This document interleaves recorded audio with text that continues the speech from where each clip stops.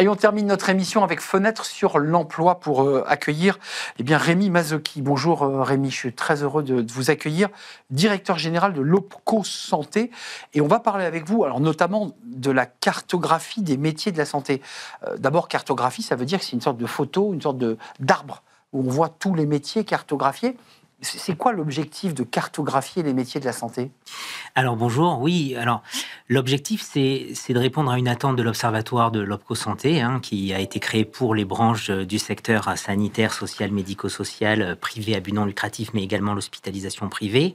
Et donc le but de cette cartographie, c'est bien d'identifier l'ensemble et de montrer à voir l'ensemble des emplois disponibles dans le secteur, non seulement le contenu de ces emplois, mais également les passerelles et les évolutions entre ces différents emplois. Alors, il faut être concret, parce que quand vous cartographiez, l'OPCO met aussi à disposition des utilisateurs des outils. Ils peuvent consulter, télécharger les fiches métiers. Alors ça, c'est ceux qui, j'ai envie de dire, seraient en reconversion, voudraient savoir à quoi ressemblent ces métiers.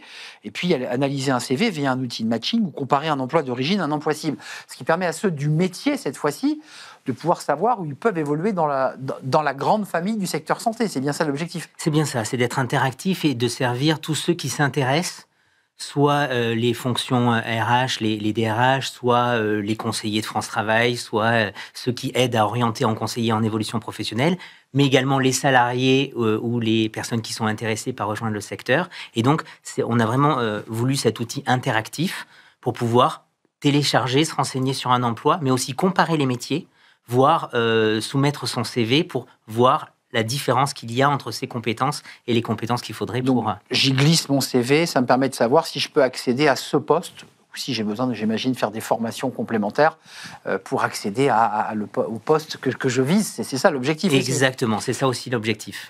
Vous incarnez, à travers votre poste de directeur général de l'OPCO Santé, un secteur qui, sans vilain jeu de mots, qui est malade et qui peine et qui a des difficultés de recrutement. Ça, vous le confirmez qu'aujourd'hui, c'est un des secteurs pénuriques en main-d'œuvre. Alors oui, c'est pas une nouveauté, mais à la fois, ce secteur peine et il est absolument essentiel pour aujourd'hui et encore plus pour demain. Quand on voit le vieillissement de la population ou la transition démographique qu'on évoque souvent sur les plateaux télé, il est évident qu'aujourd'hui, la qualité d'être accueilli demain et d'être accompagné, que ce soit dans le soin, dans le social, dans le médico-social, va dépendre de la capacité à avoir des professionnels en face qui rejoignent le secteur.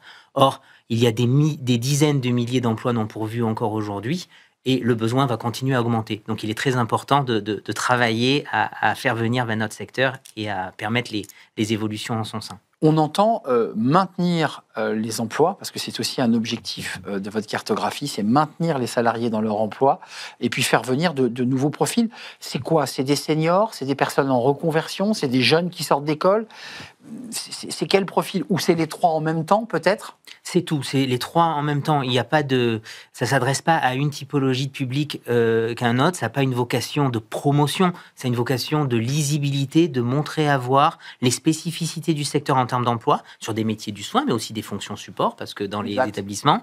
Et c'est juste montrer les voies possibles, les compétences nécessaires, le besoin en formation, la capacité à financer après ces formations quand on est aussi salarié. Donc pour ouvrir des perspectives, pour aider à mûrir finalement des projets professionnels au sein de nos secteurs. Ça a dû être un boulot titanesque quand même, parce que quand on analyse vos métiers, et il y a aussi les métiers support, il y a aussi de la communication, du marketing, de l'informatique, enfin c'est une cartographie gigantesque, le nombre de métiers de la santé. Alors pour l'instant, il y en a de plus en plus, il y en a déjà une cinquantaine en ligne. C'est un travail pour lequel les branches professionnelles que j'ai citées investissent beaucoup, puisque ce travail est le fruit aussi de professionnels du secteur, des branches professionnelles qui travaillent, qui valident ces fiches, et ensuite, nous, on les met à disposition dans l'outil interactif, pour que ça soit le plus fidèle possible, et aux compétences, et à la description des métiers exercés. Ça part du terrain, donc c'est vraiment, ça illustre les métiers tels qu'ils sont proposés dans les entreprises et associations du secteur. Donc ça veut dire que ceux qui nous regardent, qu'ils soient RH ou pas seulement d'ailleurs des téléspectateurs, ils peuvent aller sur le site OPCO Santé et ils ont déjà 50 fiches métiers avec l'outil de CV qui leur permet de savoir si potentiellement ils peuvent briguer tel ou tel poste ou secteur. On est bien d'accord ? On est bien d'accord. Et même comparer plusieurs métiers, c'est-à-dire commencer un premier métier et dire si je veux passer de ce métier-là à ce métier cible, quelles sont l'écart de compétences et ou l'écart de formation de diplôme qui m'est nécessaire. On voit le travail que vous faites, qui est un travail technique avec les branches, et ça c'est un travail important de cartographie, puis un travail d'attractivité. Comment on rend, avant de nous quitter, Rémi Mazzocchi, le secteur plus attractif? On a vu ces infirmières, on se souvient, pendant le Covid, elles ont été à la fois applaudies, augmentées par ailleurs, puisqu'elles avaient été augmentées par le ministre. Comment on rend ce secteur plus attractif? Eh bien, il faut tout d'abord le faire connaître. Je pense qu'il faut parler vrai, il faut avoir un vrai syndrome de vérité. Ça ne sert à rien de rendre héroïque quelque chose si derrière c'est pas suivi d'effet ou si c'est pas concret. Je pense que les professionnels eux-mêmes nous disent qu'ils n'ont pas envie d'être des héros, ils ont simplement d'être considérés, d'être visibles et d'être reconnus pour le travail qu'ils font. Donc c'est comme ça qu'on valorise, c'est montrer à voir. Cette cartographie en fait partie, mais derrière, en 2026, l'Opco Santé travaille aussi à une campagne de communication pour les secteurs évoqués qui mettra en avant les professionnels, l'immersion, montrer à voir la réalité du terrain sur ces aspects qui sont difficiles, vous l'évoquez, mais aussi tous les aspects positifs et d'évolution qu'on évoquait.